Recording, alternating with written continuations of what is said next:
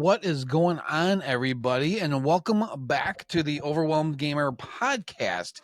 We have an absolute gem of a show for you this week. I get to sit down and talk with Rafa over at 4 Megahertz about the new NES game coming out, Malasombra, and this game is turning out to be an absolute gem, and he goes into all kinds of insight as far as different things that I didn't know about when I played the demo, and just all kinds of interesting things. If you're new to the podcast, it's my retro / homebrew gaming podcast where it's usually a guest and myself, and we review either homebrew games or retro games, depending on what we feel like.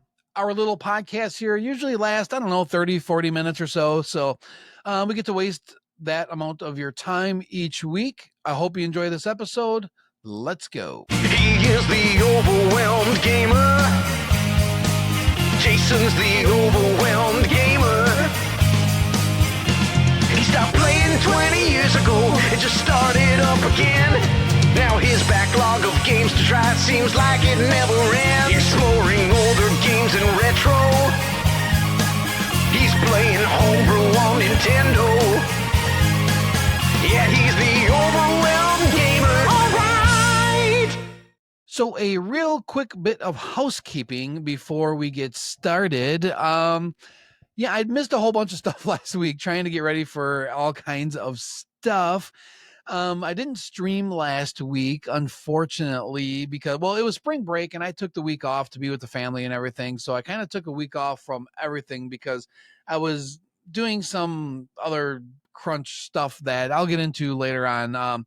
So no real housekeeping. The cadence is going well. We're doing these podcasts every Monday and they're in video and audio form, obviously. And that's going well. I think I'm liking what I see so far from the video performance. It's not earth shattering, but it's slowly creeping upwards. So not a bad thing. Is that it? That's it. Let's not waste time this week. When we come back, we're going to get into a little segment that I like to call was gripping my controller.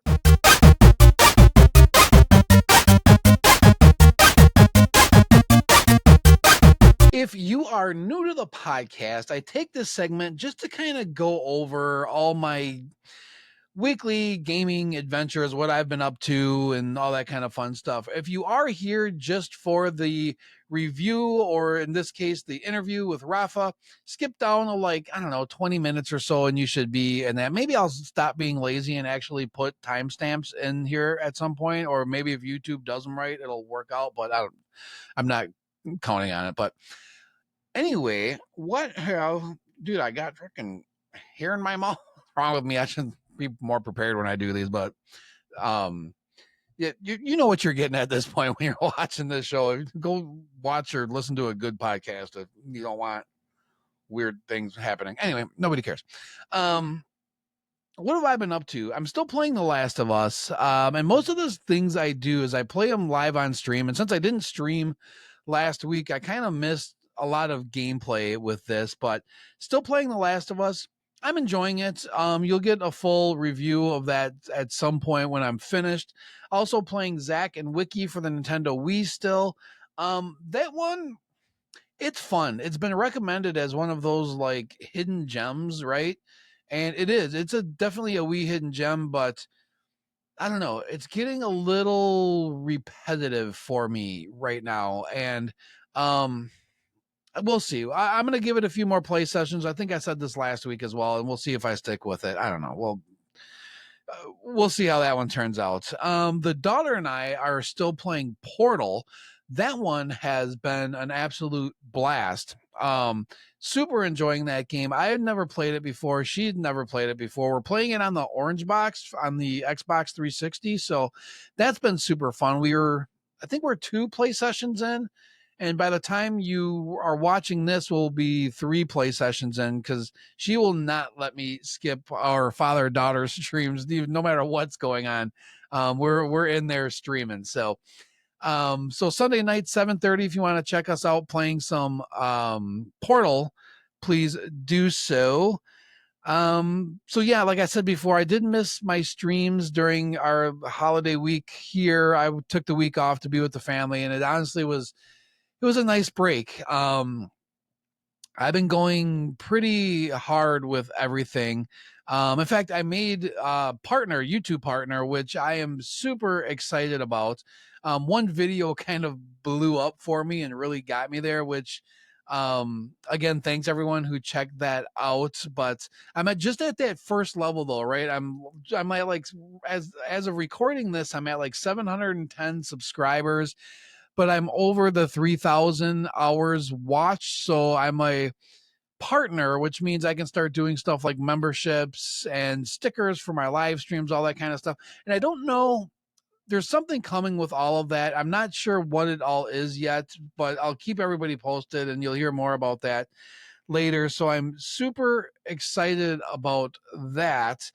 Um, what else is going? Oh, the bite off is coming up. That's really what took so much of my time. You wouldn't be able to really tell by looking at the demo I hacked together in like 4 days, but I was really proud of myself that I did get a chance to put something together for the bite off. If you're not familiar with what it is a kind of like a competition for people that make NES games, specifically with NES Maker, which is a kind of like a it's a tool for making NES games that kind of helps you out where there's not a whole lot of coding, but if you're going to make anything worth anything, you need to learn assembly. There's no way around it. But anyway, it's a great tool. It's a great community. Was super excited that I actually got something done, and it is a. I'll show it at some point, but it is a buggy mess of a game. I got a pretty ambitious with what I was trying to do and ended up making like 3 short scenes that sometimes they work when you boot it up, sometimes they don't, but at least I put something together. It's out there, so I don't expect anything to come of it. I am going to continue developing the game though and actually turn it into something. It's going to be a project I'm working on going forward. It'll just be nice that it's not in such a constrained amount of time to be able to do anything with. So, yeah, super excited about that. And the bite off is coming up next week. Well, it'll be next week Saturday, or it'll be this week once you're hearing or watching this podcast, at the Midwest Gaming Classic. So should be a lot of fun. I'll get to be there with Keg, who is also one of the main hosts on this little podcast. Dude, I've been talking a lot. But yeah, that's kind of what's going on. Game pickups. I did have a few this week, and we'll just go kind of quick through here. Got for the NES collection Mario Brothers and Duck Hunt combo. Duck Hunt? What did I say? Did I say something I wasn't supposed to? Whoops. It's been a long week. I was shocked I didn't have this one, to be perfectly honest with you. I looked all over for it for a different video that I did, and I was like, I can't believe I don't have a copy of that. And it's a cheap one too. So what's nice about this is it's the least expensive route to go to get Super Mario Brothers. Mario Brothers isn't a super expensive cart anyway. I think it's like $15, maybe 17, something like that. But this is like 8 or 9, something. So definitely, if you are just looking to get Super Mario Brothers to play and don't care about collecting and all that kind of stuff, this is definitely the way to go. I don't know why I got this. I got The Simpsons Bart's Nightmare for the Super Nintendo. Never played this before. I think I won it in a Whatnot auction. I was up too late with my wallet in my hand and was like, all right, let's see what retro games we can add and maybe do a video on it at some point. And I don't know, I bought this. It was cheap, so whatever. Another one that I haven't got to play yet and really wanted to was LA Noir. No, how do you even say that? LA Noir. Something. I can't talk today. For the PS3, as you can see, this is kind of cool too. I cracked it open just a little bit ago before it's complete in box, which is nice, but it also came with some like film. I don't know. I opened it up. There's like film in it. It's I'm assuming this is something that you probably don't see all the time when you try and get like a complete in box. I mean, the whole game was like, can you see that if you're watching on YouTube? The game was like $7 or something, and the one that I hadn't played before, but it just seems like it's right up my alley. And wanted to put it in the collection, and for $7, if it sucks, then nobody cares. Excuse me. And lastly, we picked up Split Fiction for the PS5. If you're familiar with It Takes Two, it's by the same developers. It's very similar to It Takes Two, and it is an awesome game. The daughter and I are playing it right now. We're only a couple hours in, but are having an absolute blast with it. And yeah, highly recommend it. This one, or if you haven't played It Takes Two, I highly recommend that game as well. Both are just terrific. We're having an absolute blast with this. That's it. I'm out of breath and tired. But when we come back, we will be chatting with Rafa of 4 megahertz and talking about his game Malasombra. But before we do that, here's a quick public service announcement. And then after that, the interview with myself and Rafa. Hope you enjoy it. Thanks, everyone. Hey, everyone. Just a quick little service reminder. If you're enjoying the podcast, don't forget you can also now watch it on YouTube as a video podcast. While you're there, check out my other content. I post every Monday evening covering game retrospectives, homebrew overviews, top lists, and much more. I also stream 3 nights a week, Monday, Tuesday, and Thursday at 10 p.m. Central Time on YouTube, Twitch, and TikTok. Mondays, I play through my backlog. Tuesdays are all about retro games, and Thursdays are wild card where I decide what to continue playing. So if you love live gaming discussions, come and hang out. And if you want to get in touch, head over to the website at overwhelmedgamer.show. There's a contact form where you can send in questions, game review requests, or interview inquiries. Homebrew and Indie Devs, if you'd like me to check out your game or do an interview, that is the best way to reach me. You can also find me on just about every social media platform. Links are on the website or in the show notes. That's enough of that. And now back to the show. Oh, one quick thing I wanted to add was Rafa and I did have a little bit of trouble when doing the interview with some drops. So if something seems kind of sketchy or out of place, that's why I had to kind of cobble things together. But we're across the world from one another. So, of course, something's going to go wrong. But anyway, thanks, everyone. Here's an interview with Rafa from 4 megahertz.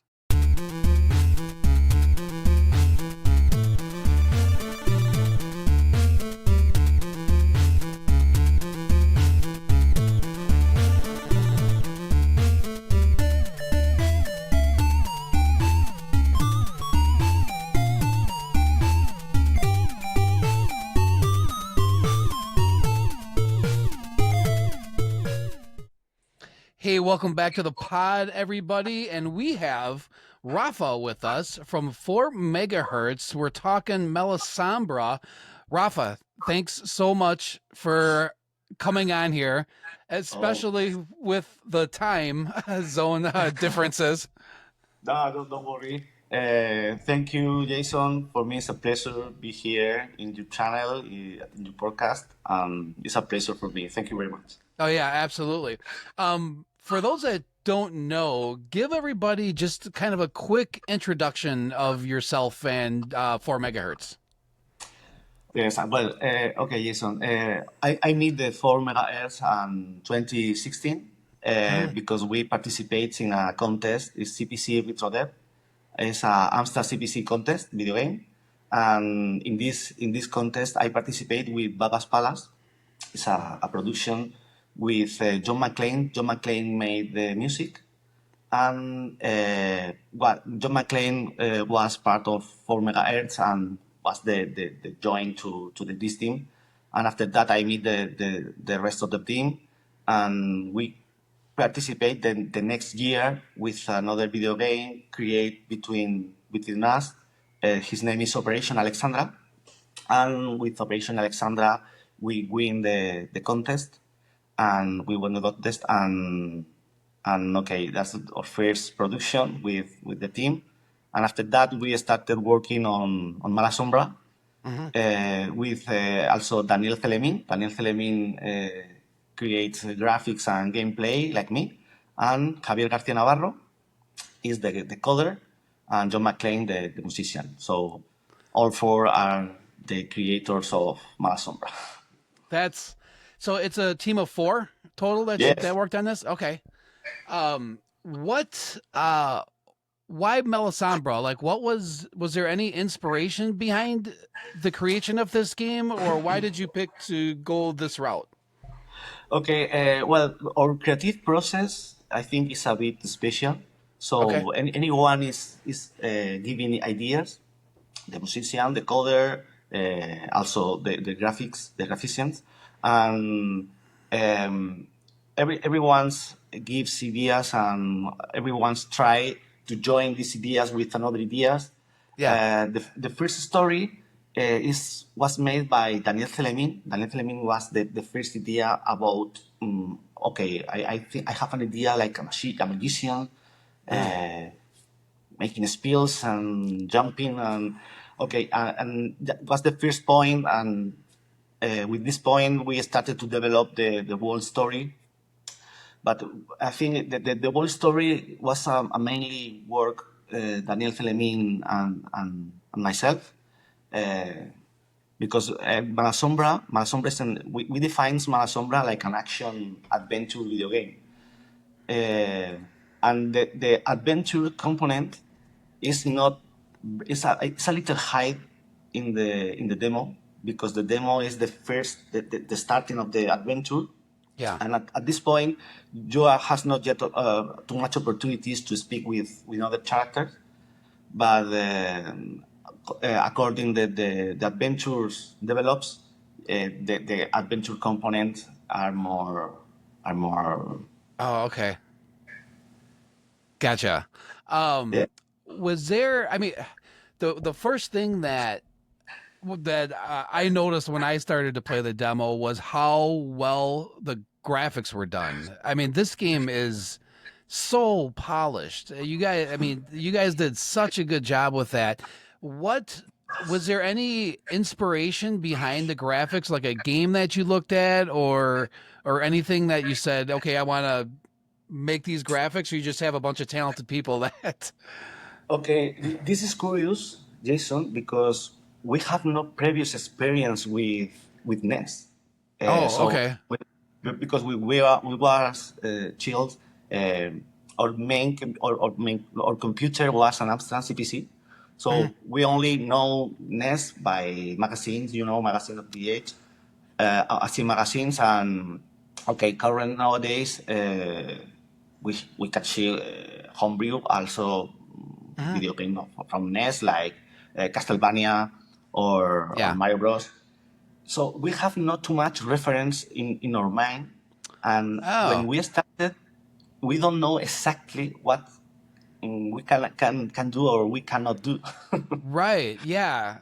It's a bit strange because usually anyone has a background and has some ideas in his mind about what you can do, but Yeah. it's not our case. It's not our case. It's very curious. So we started creating without a solid knowledge about graphics or about capabilities of Nintendo of NES. And okay, for us it's like very easy because I has to tell you that Yeah. no ideas before we started working on graphics.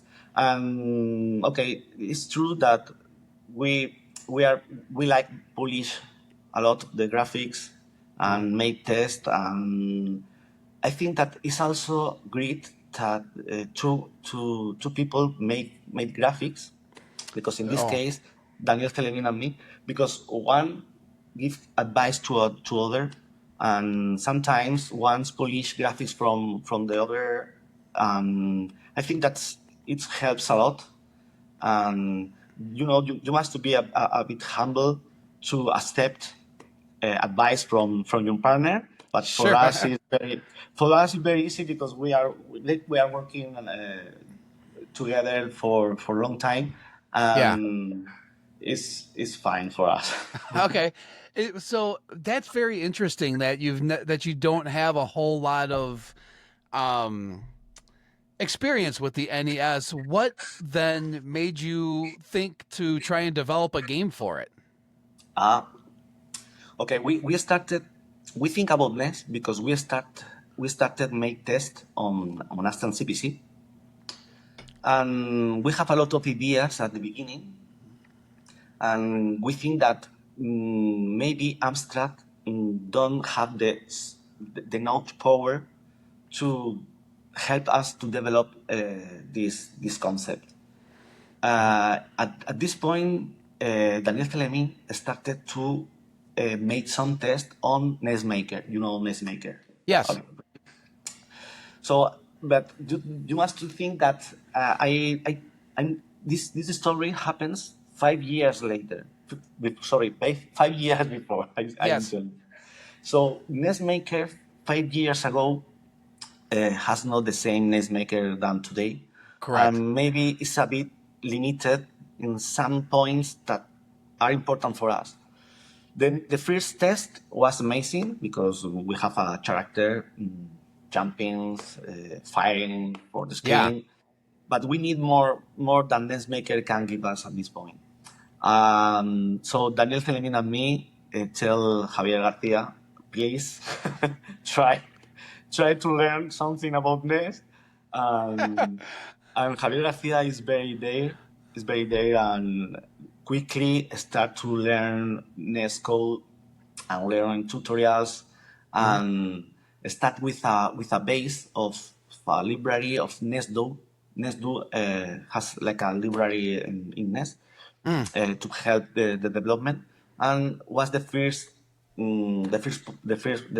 start point that used Javier García Navarro, and that's the beginning of the story, because Amstrad has not power for our requirements, and we think that it will be better jumping to another 8-bit system because we love 8-bit.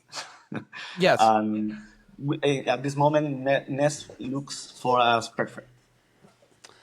Yeah, that's amazing. So, yeah, there's a huge NES Maker community out there. So that's interesting to find out that you actually started with NES Maker and then realized it wasn't your project was a little bit too ambitious for it, probably. Maybe because NES Maker 5 years ago is not the same that today. Yeah. Has a lot of limitation for us at this moment. We need a bit more. Yes. Yeah. That's. Can you talk about? Well, you have a familiarity with doing the graphics 8-bit style, I'm assuming. So was there a big challenge or anything that you had to change in your art direction when doing it for the NES, or was it pretty much the same? No, absolutely. It's very it's very strange for us at the beginning, as I told you before. Sorry. NES has some limitations in the graphics area. For example, the background. Is like, yes, you can only use one of the 4 palettes. Yes.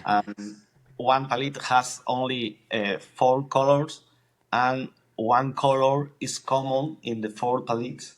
Yes. And you must assign one palette to a square of 16 by 16. So that's very strange for us because in Amstrad you can put 1 pixel the color you want when you want. Oh, so yeah. no limitation of this. For us was very strange because we only can use 4 colors in the background. Yeah. And for sprites, and also for the sprites, it's the same because you have 4 palettes, and every tile is an 8 by 8 pixels, and you can assign one palette, and you have only 3 colors because the 4th One's the background. Exactly, Sure. exactly, and that's what was very very strange for us because we never worked before with a limitation like that. But okay, I think it's funny because it's funny to face off to this new situation. And I remember this moment like a very funny moment with everyone was learning a lot about NES. Look at I have I read in this blog that NES you can do that or not, and every one of in the team sharing information to Yeah. learn, but it was very fun, very funny. Yeah, here we, people my age have a very nostalgic view of the NES. It's the one that we grew up on, so there's a very large community doing work for the NES. And yeah, I just find that fascinating that your team didn't have a whole lot of familiarity with it. And not only that, but you were able to create a game that is, I mean, it honestly it blew me away when there's a lot of homebrew games right now for the NES, a lot of them, and I think NES Maker is one of the reasons that happens. But once in a while, you have a game that comes around that you go, oh, and that's your game right now is the one that everybody's looking to, going like, oh, this one looks just absolutely phenomenal. Um, Talk to me about the game mechanics and the thought behind that. Some of the things that I ran into playing it was like the jump, like the pushback when you swing your wand was one of them that I know a lot of people have spoke about, and even your animations, you have like just a little bit more than a lot of other NES games do, where it almost feels like if you're running one way, you kind of have a little slide before you run back. Like, what was your decision or Yes. thought behind all those game mechanics? Okay. Okay. Jason. Okay. Everyone needs to take into account that we are creating a video game for a vintage device Mhm. like NES, Yes. but we know now a lot of we have now a lot of acknowledgement about mechanics or things that are common in video games that maybe in the past is not the same. So we Mhm. can now apply a more acknowledgement about mechanics that in the past. I think that this is an advantage to do homebrew now, and according to this, it's not so fair compare a current development with a vintage development because now we have a lot of interesting tools and acknowledgement and not only about the same the nest itself, but I know about how to create video games and what is funny or not. And this is a big point. Mhm.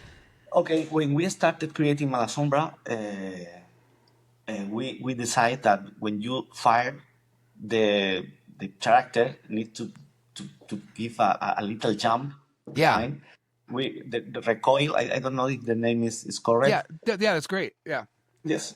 Okay. And we like this feature because make the game not so easy, Hmm. and you need to take into account this recoil when you are firing inside a platform because you Yes. can fall.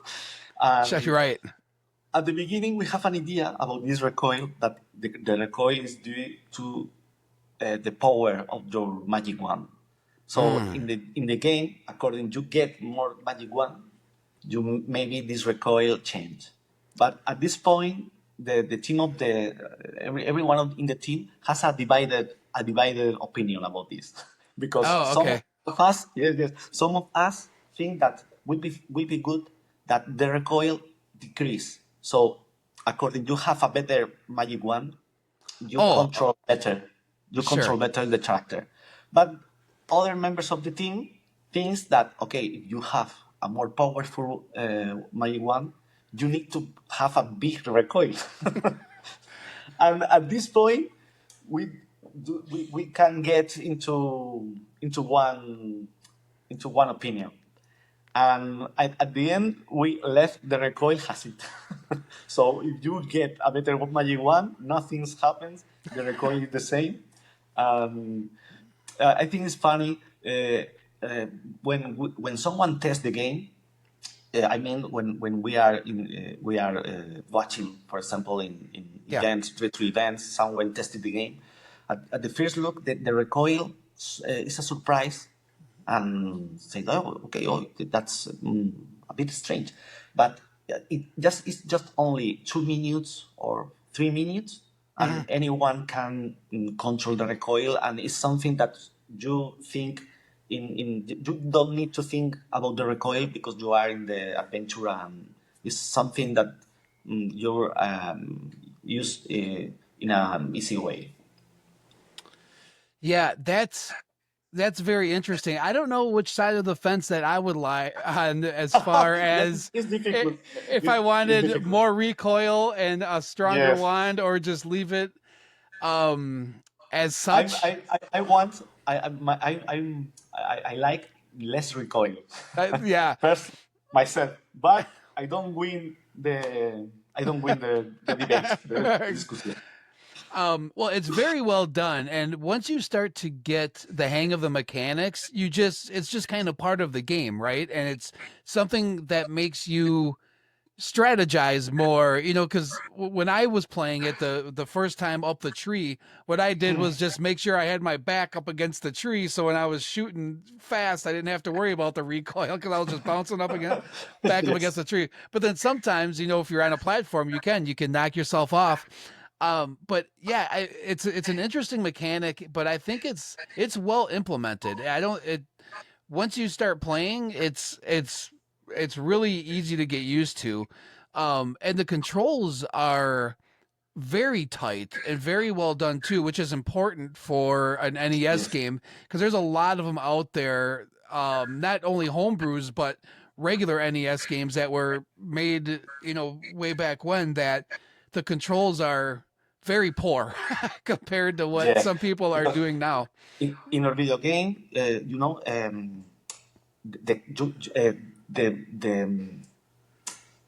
you control your character per frame. So Uh-huh. once per frame, the system check if you are doing something. Yeah. So it's the perfect frame rate, and the main character moves with perfect frame rate. I think this helps a lot to feel that you have a good control uh, of the main character. And you know that you can make a special movement with this recoil because you can go on, jump, turn out, Yes. fire, and this gives you more power to give to do a higher jump. So Oh, I didn't. Okay, that makes sense. That's all right. Because I we did have that. in the game we have two. If I remember well, we have 1 or 2 points when you can use this if you are master. Mhm. You have mastery in the control of the character. To I think I remember to reach to a treasure or something like this. Yes. Yeah, it's so well done. Are there any thoughts to release this game on anything else but NES? Do you plan on porting it anywhere to any other console or Steam or anything like that?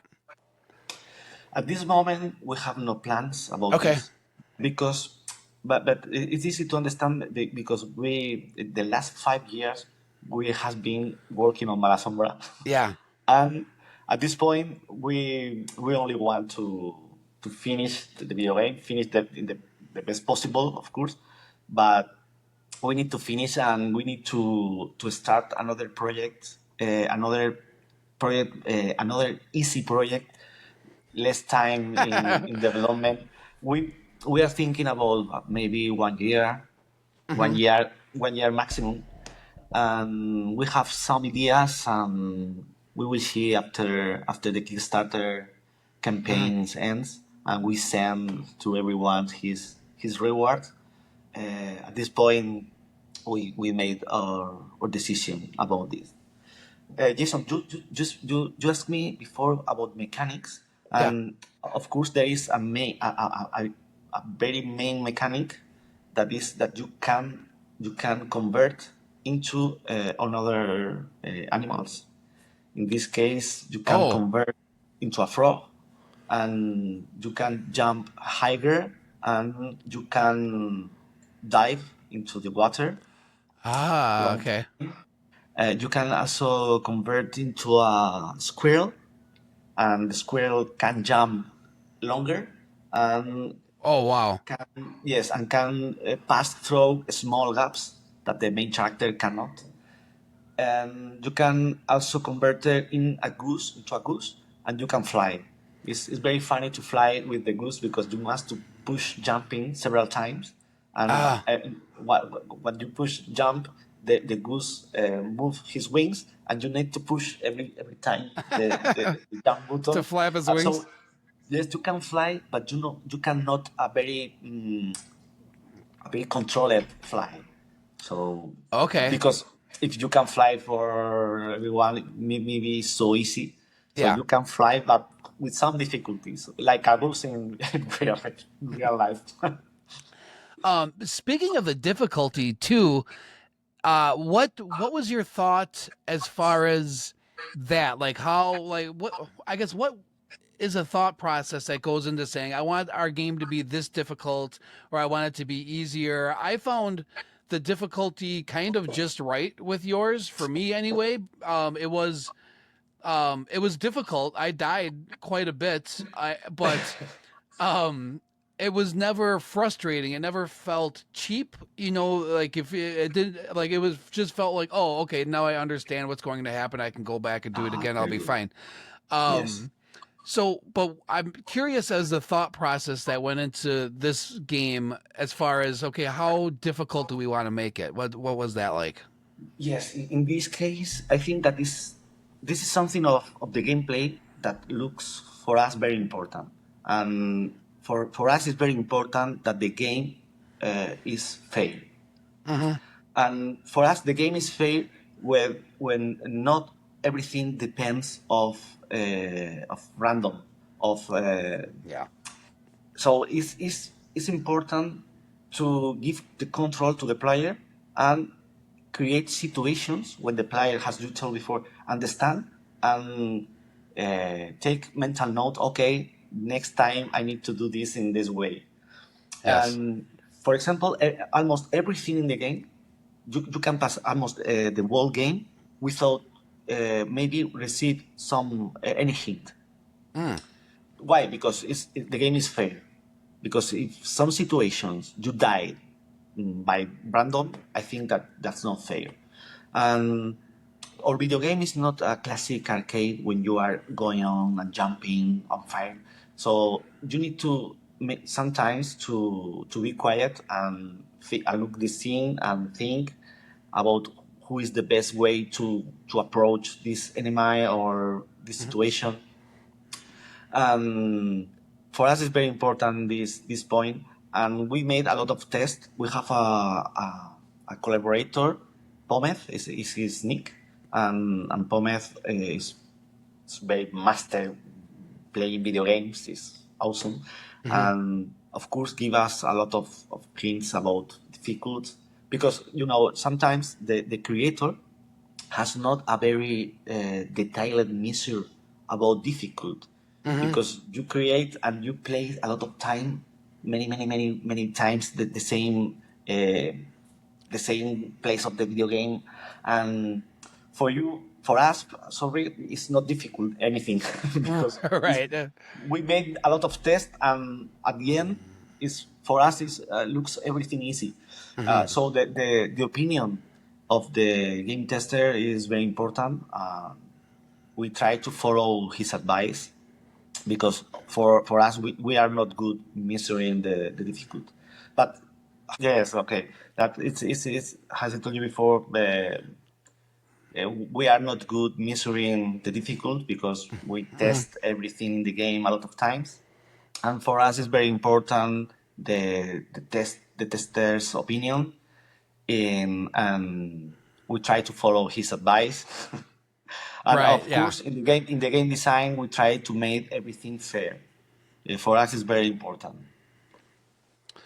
Yeah, that's huge when it comes to especially these retro style games because sometimes you can get some that are just so brutally difficult where you just I mean and some people like that but I don't know, that's not for me. I think I think this one, once in a while, I'll be all right with it, but no, I think this one you got just right. Um, so what's next with this one? Your Kickstarter is you kind of blew it out of the water, right? Like the first day I didn't look before we started talking today. Where's it at now? Yes, we are very surprised by with Oh, the Kickstarter and people his they are saying a lot of beautiful words about our video game, and it's beautiful to see how many people enjoy it. hmm. And okay, we are expecting how will end the Kickstarter because we know that we have a lot of work ahead Yeah. creating the cartridge and the book and also the delivery. I think this a logistic a logistic.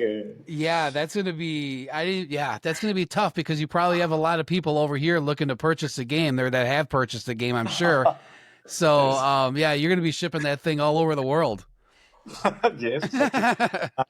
But it's not our first production because in the past all of our games we create a physical version of our video game. Yeah. And for example, with Operation Alexandra is a CPC game, and you need cassettes Okay. to play this game, and we need to looking for a provider and create the box and everything all this we used to do these things, and for us it's a funny part of the process create our own physical edition. But in the past, for example, Operation Alexandra sold about 200 units, Okay. but in this case I think we are with more units. so Oh yeah, I think you are. so respect with the process of creating everything. Also, another important task in this development has been the development of the cartridge Hmm. because we never done something similar, Sure. and also we didn't know anything about NES cartridge at the beginning. So we started our research, uh, understanding what is a mapper, because for us it's something unknown, and we are very lucky because some people helps us to create this cartridge, to develop Hmm. this cartridge. Yeah. Ivan Castillo and Marcos del Sol. Marcos del Sol creates like a mapped version of M- MMC1, and this helps us a lot because now our cartridge you can save game Hmm. inside the cartridge without Right. use battery, and it has been a good improvement. And okay, some people ask us if we have an original mapper, how is possible that our video game works on emulator? But it's easy to understand because we have like two codes, so we can compile and create the source of the cartridge, or create the source of for emulator.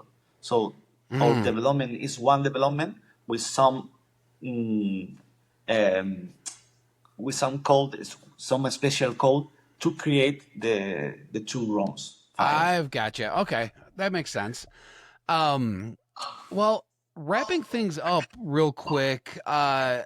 What advice would you give to an aspiring developer, somebody that wants to make an NES game or any retro game? Doesn't even have to be NES, but any kind of Yes. retro type of video game.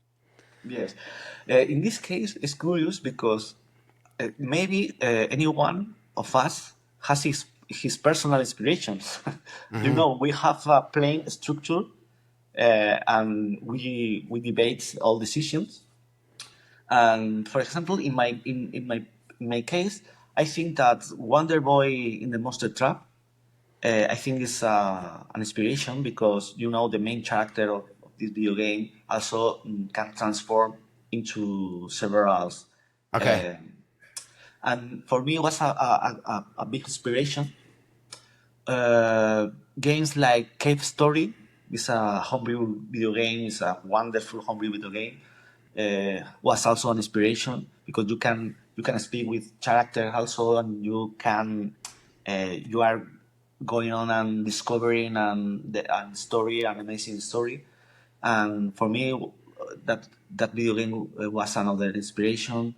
And for other members of the team, maybe other video games, for example, Daniel Selemin sometimes tell me that Ghost Goblin, in this case it's an arcade, but Ghost Yeah. Goblin was also an inspiration for him. I can feel that in this. I like it, yeah. I can kind of feel it's at least especially the arcade game. Like, yeah, definitely.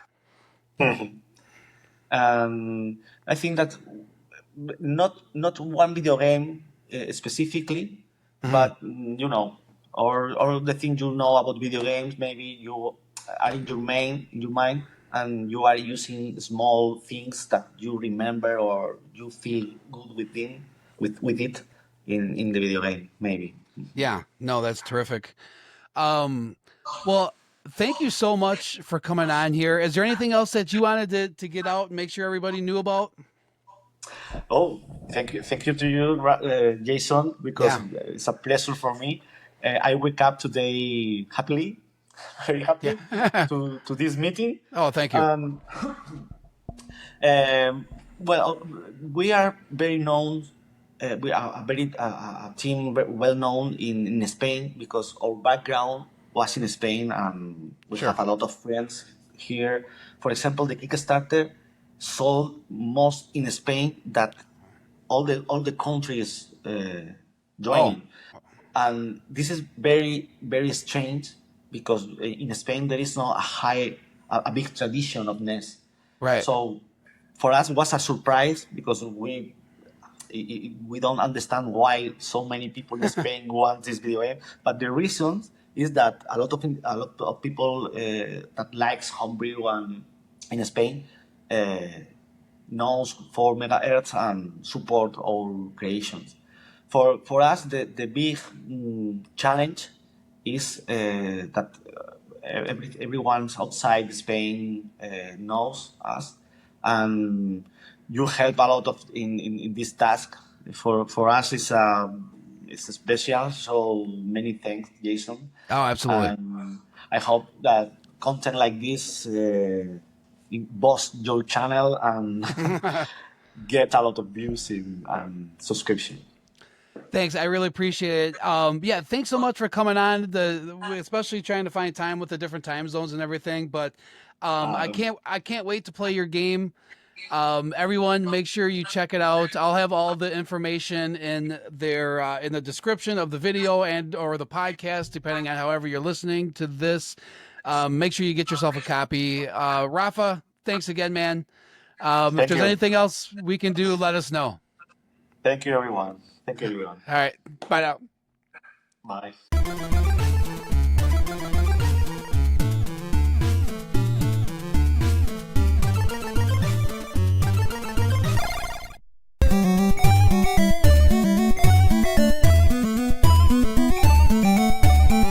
Hey, everyone. Thank you so much for checking out our podcast. Let me know in the comments what you thought of the interview. Are you looking forward to Malasombra? You should be. If you're not, it's turning out to be an absolute fantastic game.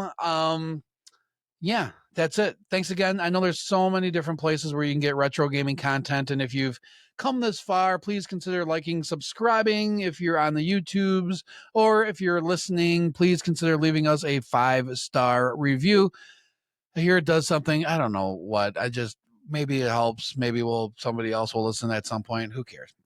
Nobody cares. That's it.